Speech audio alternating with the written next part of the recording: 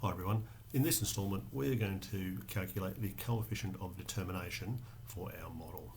So before I do that, I'm just going to slide those data displays across a little bit to give myself a bit of room to work here. Now there's a couple of things I need to do. First I will give the equation for what I'm about to use here. Sorry, that wasn't it. I want to insert an equation. Here we go.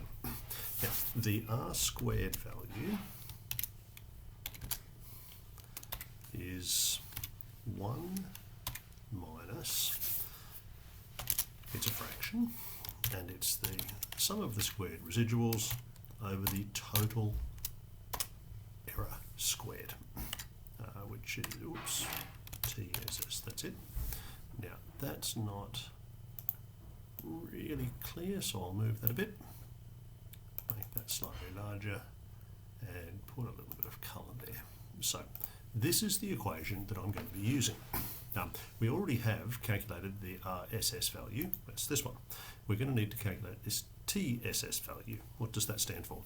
It's the squared sum of the total error. So we'll begin with total error. Total error is the y value of the data point, this one, subtract the mean of those y values. Helps if I can spell. Now it's the average of all the y values from my data. There it is.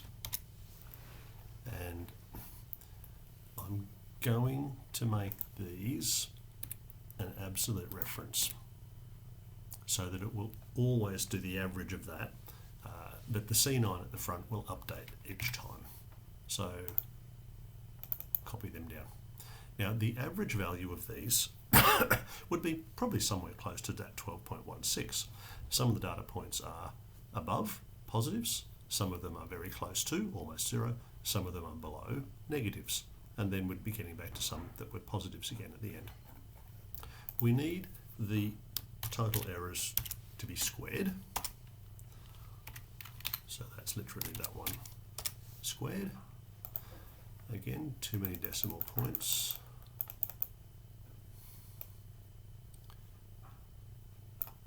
And I'll copy them down. And we need the sum of these, just like we did for the residuals. So adding up, Control Shift and then down arrow, close brackets. So that number is the sum of the total errors squared. I'm now in a position to calculate my r squared value. So I might just move that up a little tiny bit. And here is where I will go r squared equals, and here's my formula. So 1 subtract this number divided by this number, except I didn't put subtract by mistake. Subtract this number divided by 102. It's extremely close to 1. I'll just reduce the decimals a bit. Sorry, wrong way. Reduce the decimals a bit. There it is. Now my r squared value, let's highlight that to show how important it is, and I might even make it bold.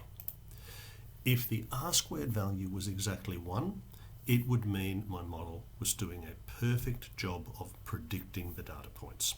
This is really telling me that the predictions being made here by my model are 99.96% attributed to the variable day number. There's a very, very small difference, a very small discrepancy. Like we talked about last time when we examined our residual plot.